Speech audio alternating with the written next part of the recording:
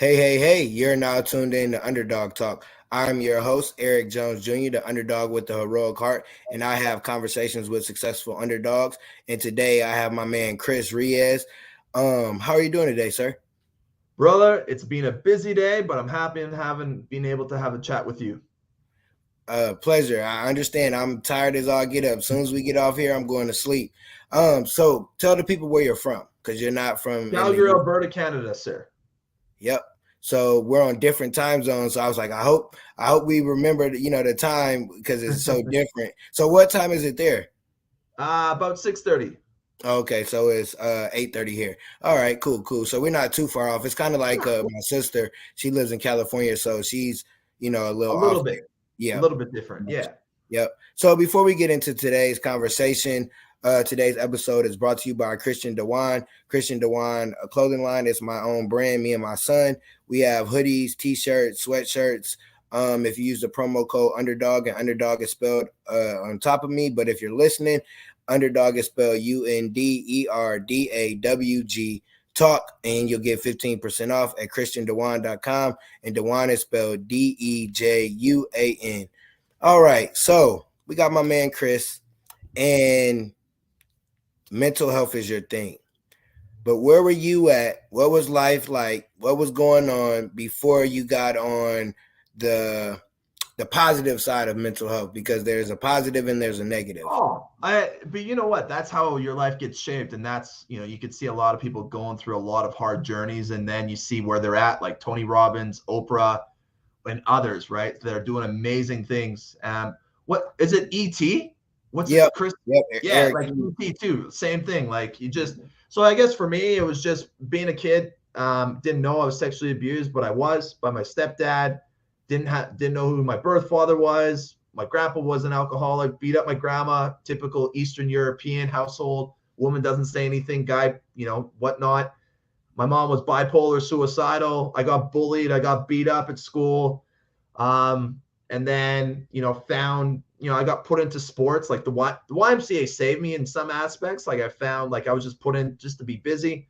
And actually, Eminem, heaven forbid, Eminem, Nas, and a couple other, hit like Tupac as well. Just listening to lyrics and writing poetry, that probably saved my life. And then a couple years down the track, you're in high school, and I decided to be the typical sell drugs and make money. I never smoked it, but just smoked the marijuana and stuff like that. So sold that.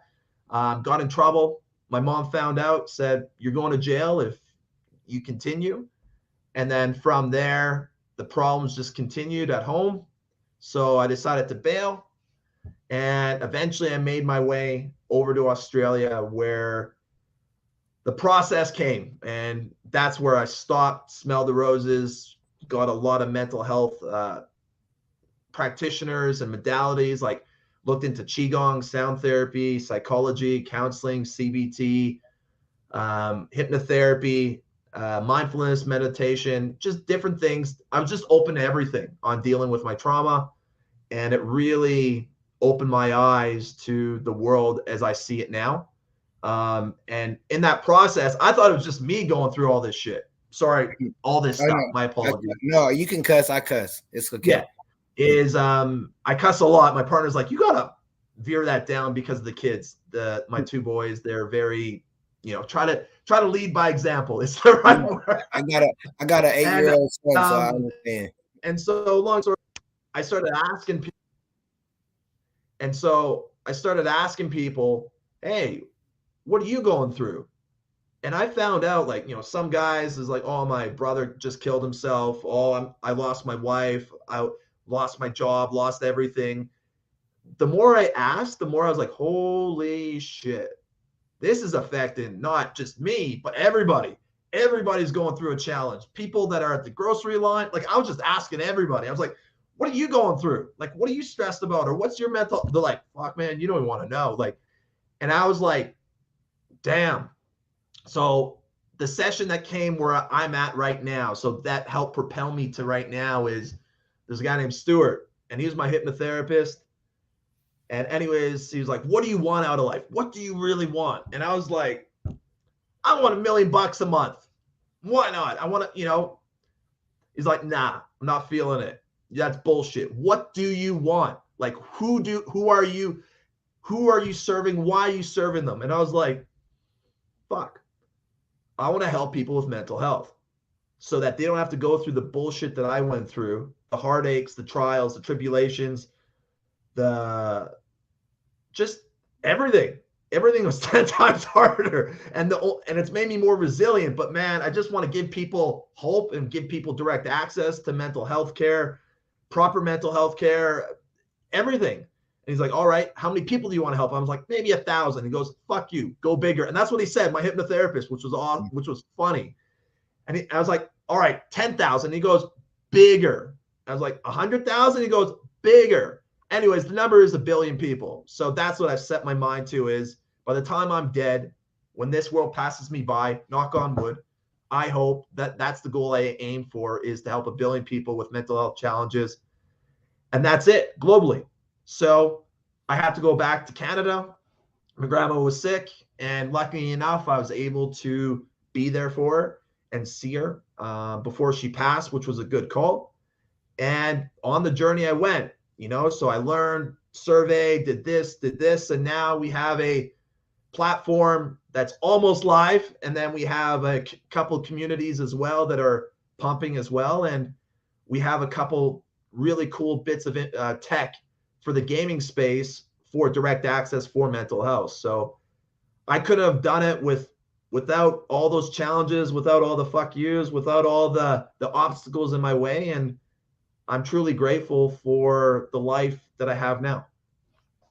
I love it, man. I love your story and what you were saying earlier about how you started off. We don't look at, sometimes people don't realize those things that happen, even though they're horrible things, they happen for a reason.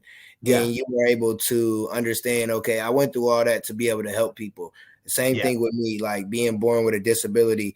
It took me 30 years to realize, okay, I was born to go through all the stuff I went through to help people. Yeah. And it's like, okay, I get it now. And it's like, you really you go through hell just to get to where you're at. But then it's all worth it because you could just help one person and that one person's life change. You're like, man, I did a good deed today. And one thing you said you did, you used to sell drugs. I don't know if I ever said it on the podcast, but in college I did too. Because I was worried about saying it because I was like, fuck, should I say it? And no, I don't tell many people. Like my partner knows and a couple of close mates, but I like when the boys get older, I will know everything because I've gone through everything. Like you can't hide shit from me. And that's, but the thing is, I don't want them to be afraid. I want them to be going, crap. Like having that experience, I can help guide them in positive manners and ways in a better light rather than going, shit, he just wants the money. I need to sort of veer him a little bit this way with maybe a couple positive, inspiring kids. You know what I mean? Rather than me going, don't do that. How dare you? Yep. Kids will just go F you, back off, run away, do their own thing. And that's just how it is when they become teenagers, I imagine. So yeah. Yep. I have a teenage daughter. She's 17. She's a senior. So I definitely understand that. But boys are different, like you said, because especially being a man, you understand, like, okay, they're gonna have a coach, they're gonna have like basketball, football, whatever, and they're gonna have other men in their life. Like, it's not just put them around positive kids, you put them around positive men, because like for me, my biological dad died when I was 3, I was 4, and then I have a dad, but he always worked. So it's like just having different men in your kid's life makes a big deal, because they can tell them something we tell them, because you could talk to your face is blue to your kids sometimes, and they're like, okay, dad, and then the coach will come along, hey, you need to do this and that. Oh, all right. And you be like, so I told you this 3 months ago, but you whatever. I definitely understand that with kids. It's like, because we used to be, like you said, I tell my students, I'm a teacher, I'm like, I've done everything you've done.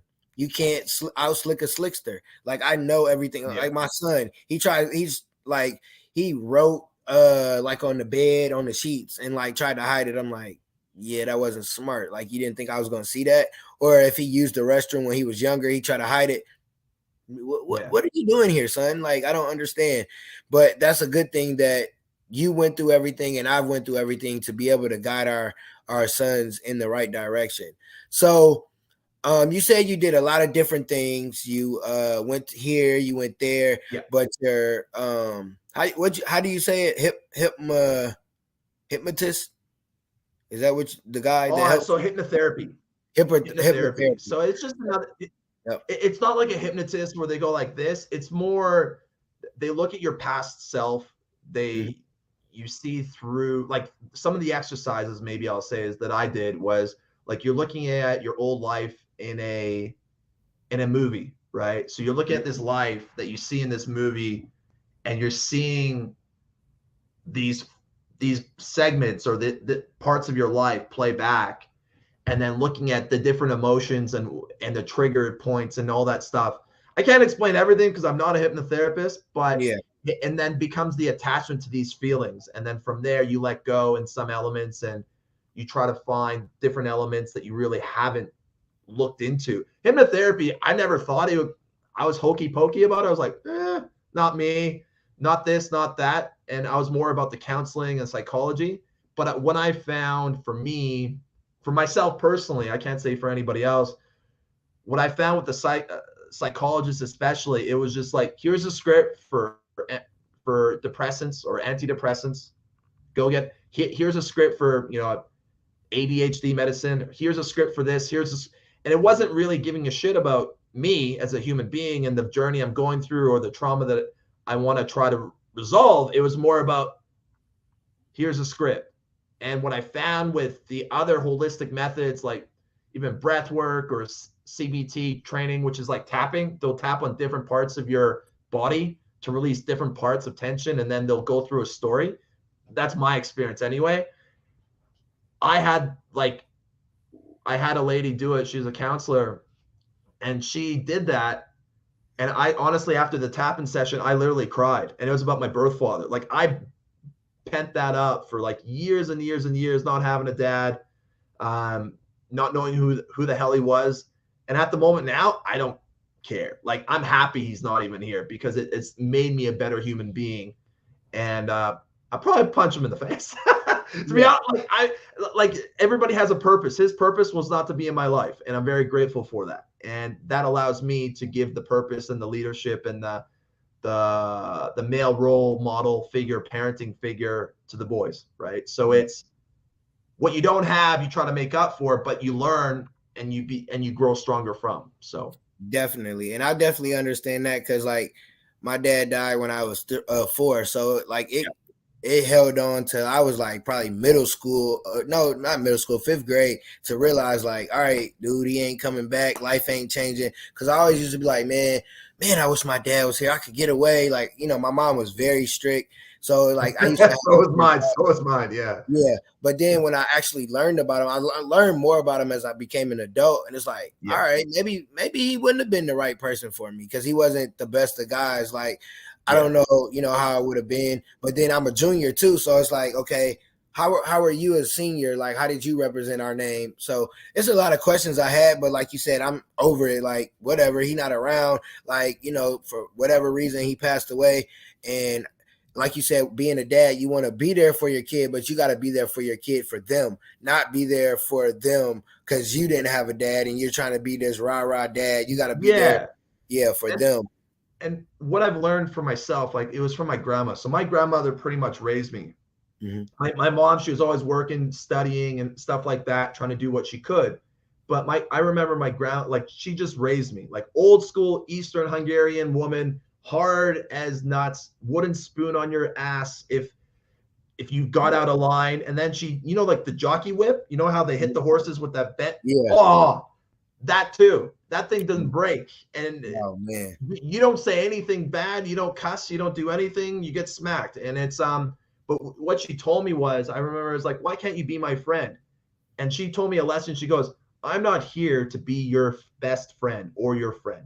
I'm here to be your parent. I'm here to guide you. I'm here to love you, care about you unconditionally, and guide you so that when you become an adult, you can do the same so that you can be the best version for your kids and guide them as well. And I take that with me to the boys. I'm like, I'm not here to be your friend. Like, you have friends that will support you in that manner. I'm here to give you the life lessons so that when you're a man, you'll pass them down onto your kid, and you'll be a better human being for it. That's what I'm here for. Yep, I tell my son that. I used to tell, like, when they're when he's 8 now, but when he was like 3, 4, you're not my friend. I ain't supposed to be your friend. What are you talking about? I'm not supposed to be here to be your friend. And we have that relationship, like, we father and son. When you got a son, he's your friend to a certain degree, but it's like, all right, hey, I need you not to do that. And he understands when I'm in dad mode, but it's hard. One thing is hard for me is basketball. He's plays AAU, so he's playing competitive basketball. It's like competitive basketball. It's like travel basketball. So, and I'm like, man, even though he's only in third grade, I just like, man, he should be better. It's like, no, he has to go through the process. I didn't have a parent there to watch me through the process. I just had myself. So I don't really remember the early days before I could really play. So it's like, I got to let him develop. I can't really be loud and yell. He's not ready for that. So it's like, it's like me understanding what he needs from me rather than me just being that rah-rah person, because that's not what he needs right now. Well, you actually triggered a memory in my head where, because I did competitive swimming for a few years, and I remember in my heat, I was the slowest one. And there's a kid, he was going to go to like nationals, so to represent the Canadian team or trial out, and I beat everybody. And I remember going upstairs to check my time, and the dad was like, "You got beat by this fucking little like slow ass." And I was looking, the kid was like, and I was like, "Fuck, man, like chill the fuck out." Like, it's not the end of the world. Like, okay, so someone beat you. So what? Get up. Like what Rocky says, it's not about how hard you can hit. It's how hard you can get hit and keep moving forward. Right? Yep, so, exactly. And that's like, because they were getting their ass kicked. I ain't gonna lie. Their season, the first couple games, it was like, man, we gotta travel all the way out here and I gotta pay to get in for this. But then, as they kept going, they get better, they win here and there. And it's just like me with coaching. I coach girls basketball, the high school, because I work at a charter school, so it's K through 12. So the high school I coach, so never played basketball, and I'm like, oh, okay. I can't expect them to go out there and we score and all this, or them able to do that. And it's like, it's a process. And it's like anything we do, it's like me starting off with the podcast. It's a process. Like you starting off. So when you started off, like, all right, I'm going to help people with the mental health after your guy told you to do that.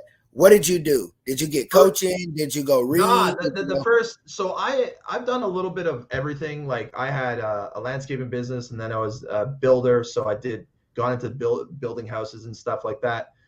But what I did when I found that out was, the first thing I did was start talking to people. And that was the first thing, like talk to people who have anxiety or have depression or have the problem that you're looking for. But then when I went to Canada, it sort of expanded. I did surveys.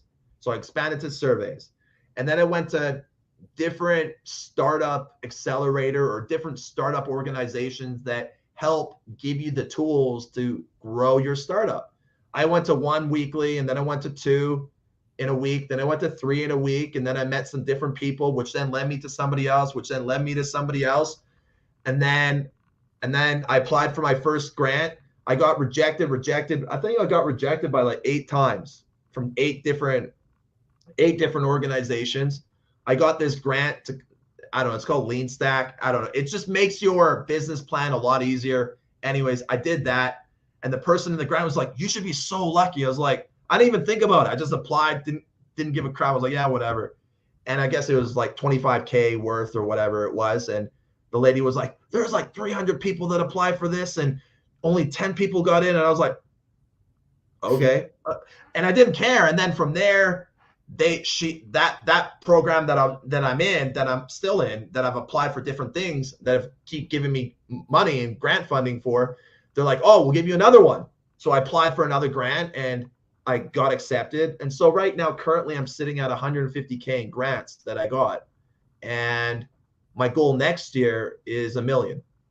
And that should give us enough scalability capital to grow the bejesus out of this and really scale it massively so that we can tackle the Canadian market and then grow into the American market, South American market, and Australian market amazingly.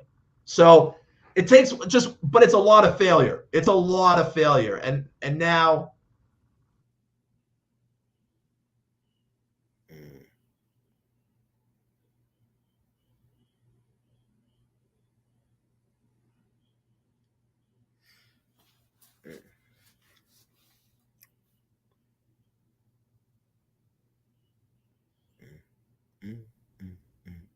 all right. We back? We back. Yeah, we back. We back. Awesome. All right. So it's a lot of failure. And like I said, it's just like now I have 5 advisors. I have 2 development companies that I work with. I have 8 interns. So I got into an intern program where I can get interns for free for 6 weeks at a time. Like, it takes time, man. It's growing slowly, but you got to make sure that those building steps are done correctly. And you can't rush it. And when you rush it, people either see through the crap that you're trying to rush, or you politely screw up so bad that your business goes under because of some stupid mistake that you don't see. Yeah, I love what you just said though. It takes a lot of failures. Like, people don't realize, like, in life, to win, you have to fail more than you win. Like, just starting off speaking, I've been speaking for 6 years now, and I haven't really got to where I want to be, but I had to go through every trial and error. I had to go through everything that I had to go through in life, like outside of speaking, to get to where I'm at. And then it's like, I graduated with a 1.7 GPA, but I'm a teacher. It's like, how the hell did that happen? It wasn't my plan. It wasn't my plan to do that, but it's part of the plan to get me to where I need to go. And it's like, it took all this time. It took nights where I'm crying, can't go to sleep, where I'm thinking of ideas. I don't got the money, but I keep going because I understand it's a bigger purpose. And people don't realize, like, when you sign up for a team, when you sign up to say you're going to do something, you're going to fail. You're not, even if you win out the gates, that next year you might fail. Say it's a team in the NFL here, and they go to the Super Bowl. The first year they get a rookie quarterback. The next year they don't even make the playoffs because it's hard to get back to the Super Bowl. So it's like, okay, you win right away. You get too happy, like you say, you rush it, and now you're like, oh, I got all this, and then everything wipes out. What you gonna do now? You don't know what to do. Well, what I've realized with even quite a few, like a lot of business owners and owners of different companies, and YouTube is full of amazing interviews around, which is awesome. And, you know, just meeting people in person as well, it's how, when you fail, it's understanding and pivoting. That's the key. And if you can learn that lesson and pivot and keep moving forward. And I think most people, when they fail, they're like, done, I'm done. And I went through these startups, and now I'm in this couple startups, and I was like, why are you guys giving me so many opportunities now? They're like, do you know how many people fail? Like, do you know how many people give up after like one challenge, just one like challenge? I was like, how many? They're like 80+%. I was like, and like you have boom, boom, boom, challenge, boom, boom, boom, challenge. Like, we did our first testing. Like, we have the telehealth platform, and then we have our gaming app, I guess, or gaming direct access tool. And I failed with that. I thought it was gonna be like, oh, I'm gonna be like 1,000 people loving it, and no, like I barely got a couple. And now we're developing it, getting it better, getting better feedback, and all it is takes time, and it's believing in yourself, but as well, it's just do one thing that will push the needle forward the next day. And some days you want to, like you said, you want to cry. I've had those moments like, why the fuck am I even here? Like, what the fuck is my purpose? Like, why am I even doing this right now? Like, no cash, no money, no this, no this, no this, no this. Why? Like, why?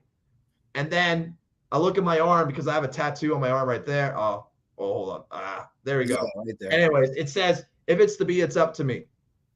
So I choose, if I want failure, then I will be that person that accepts failure.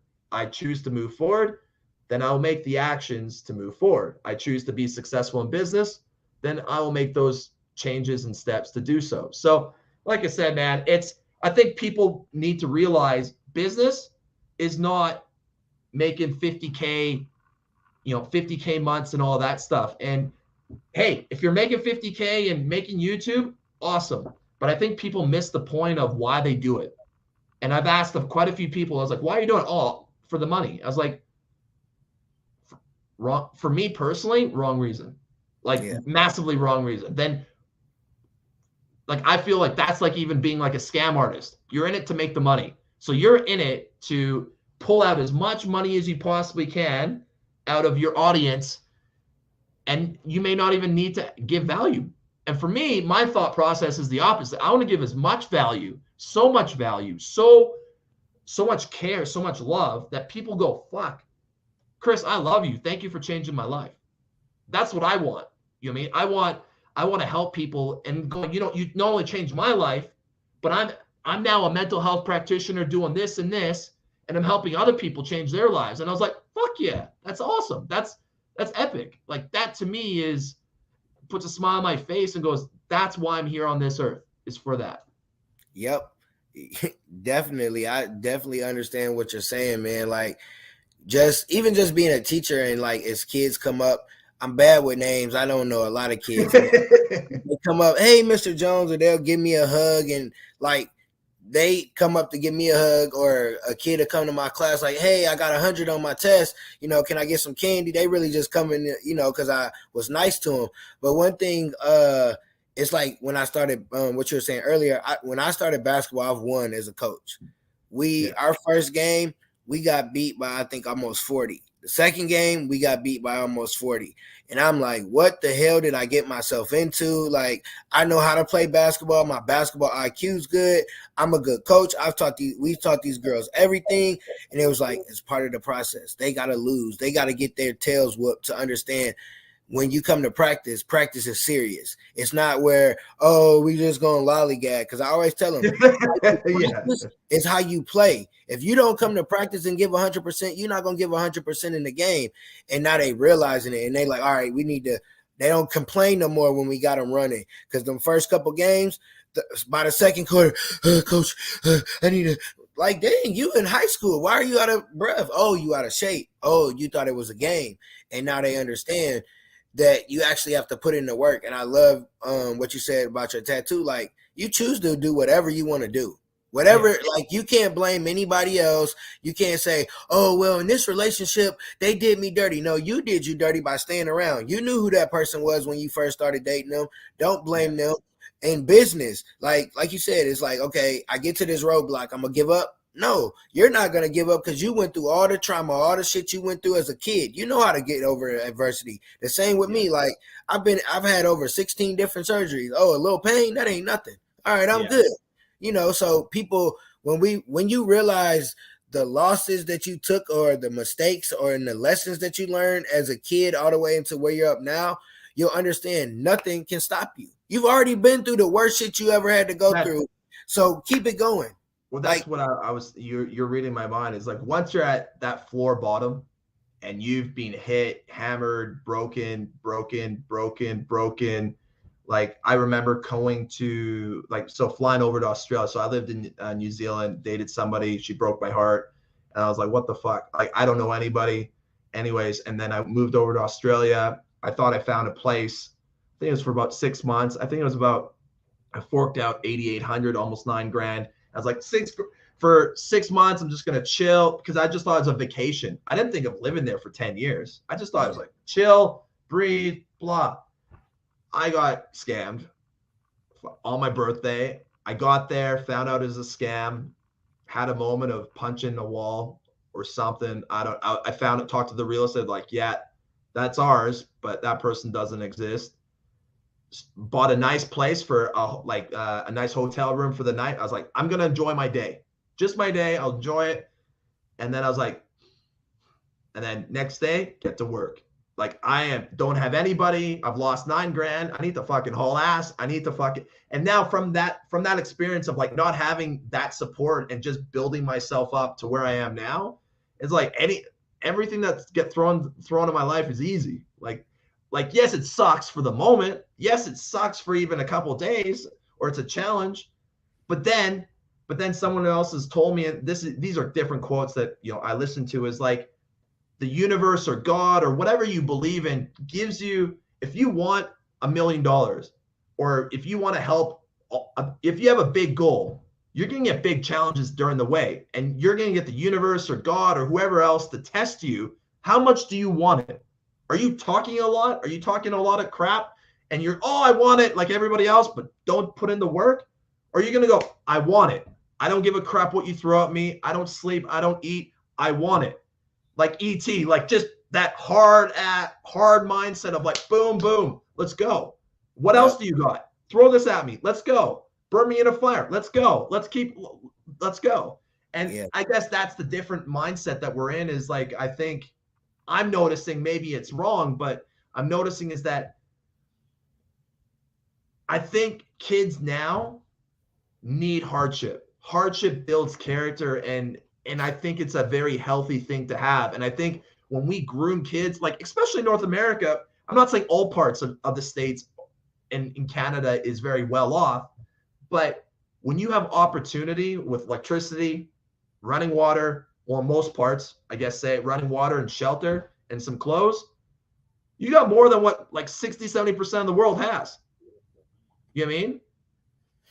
And there isn't an excuse for you to not get what you want out of this life and experience it.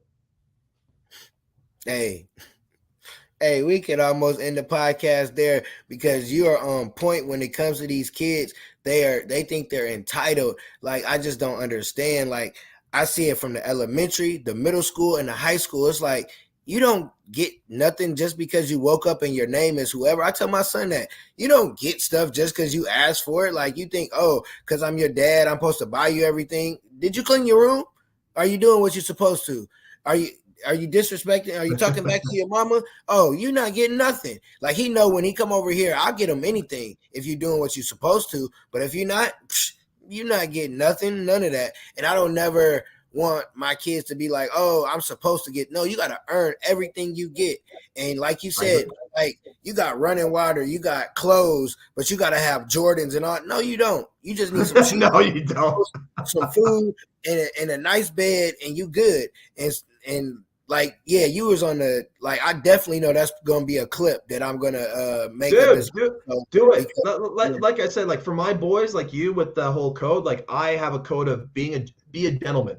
What a gentleman is, I tell the boys, be a little gentleman. A little gentleman is use your manners, use your words, not your fists, right? Open the door for ladies, treat them with respect. Even if they don't treat you in kind, you can always walk away. You know what I mean? Always be proactive. Don't wait for somebody to come up to you and say, hey, I need help. Look at somebody needing help and help them. Like, just different little things. I'm hoping when they grow up, they will have that. And when they go to the different people's houses, like, damn, you like put my dishes away, clean my dishes, did this. My kids don't even do that. And I was like, and part of me goes, fuck yeah, I'm proud. Fuck yeah. Like, I'm setting the standard with these boys of like, this is how a real man is. And this is how we should treat other people as well.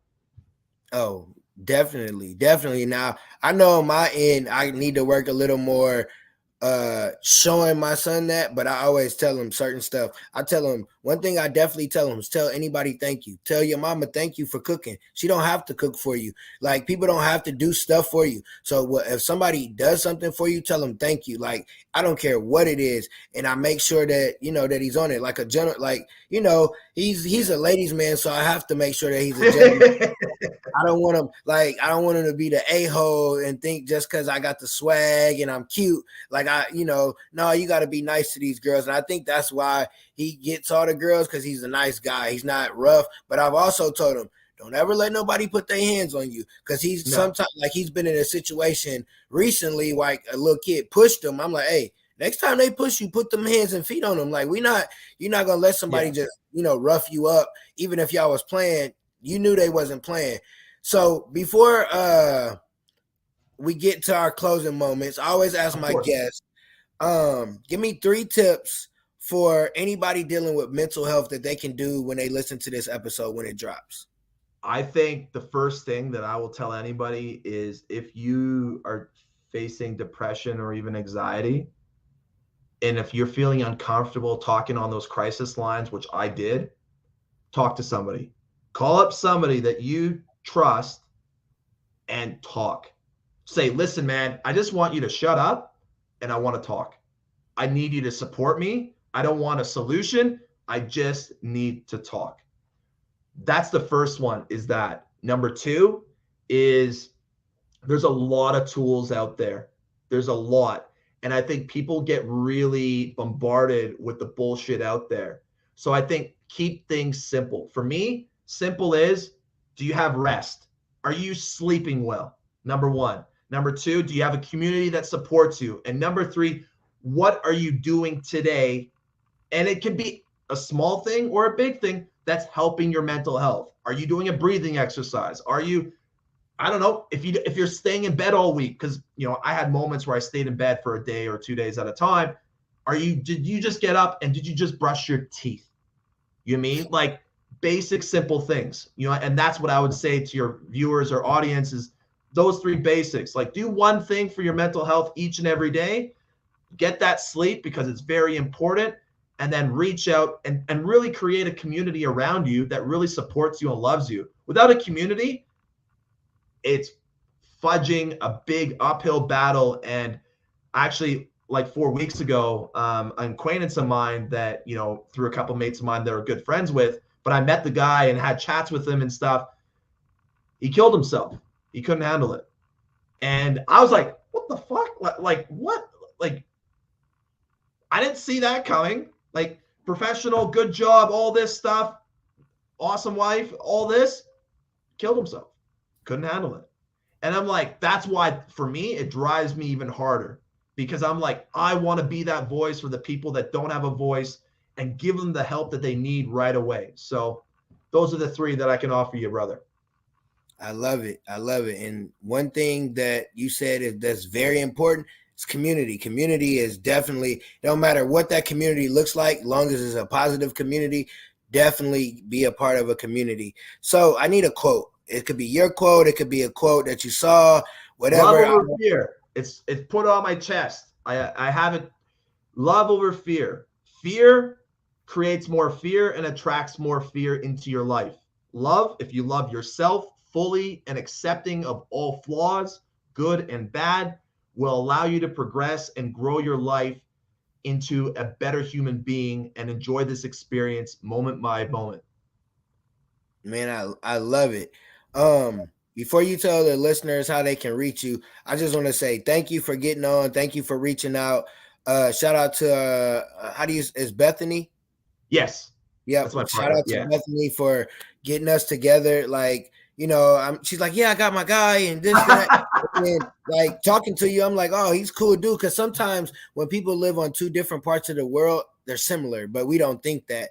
And what you're doing is great, man. Like, keep pushing. I know you're gonna get to that billion lives that you're gonna help with the mental health, because you're a cool dude. You're authentic, you're transparent, and that's what people need. They need a real person that's gonna tell them about real shit that happened to them and how they got over it. And that's the way that the world gets better, is by us being real people. So I always love to give my guests flowers. Sometimes I've met them for the first time as we hit record, but man, I love everything that you do, and keep doing what you're doing. And I definitely love that art behind you. I'm an art guy, and I definitely love art behind you. I love that. To me, reminds me about like mental health, right?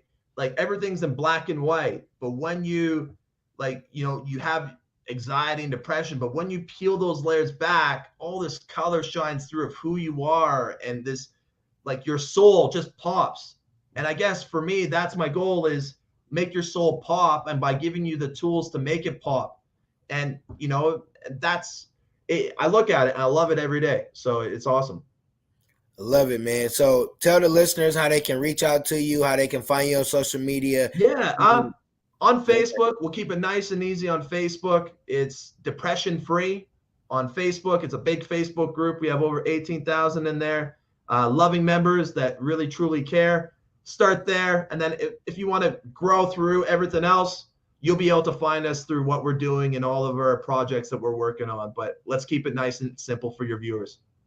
Love it, man. I love it. I appreciate you coming on. I appreciate you dropping the knowledge and just having a conversation, because it's always good to talk to people that's not from the US and see how life is. And it's always it's -20. It's freaking cold. Oh yeah, it's minus. Oh yeah, it ain't that cold here. So yeah, I don't want none of that parts of what you got going on. But before we get out of here, give us a closing word.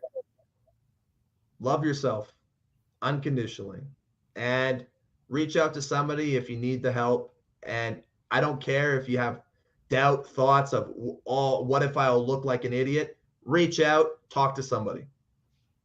And on that note, peace, one love. Peace.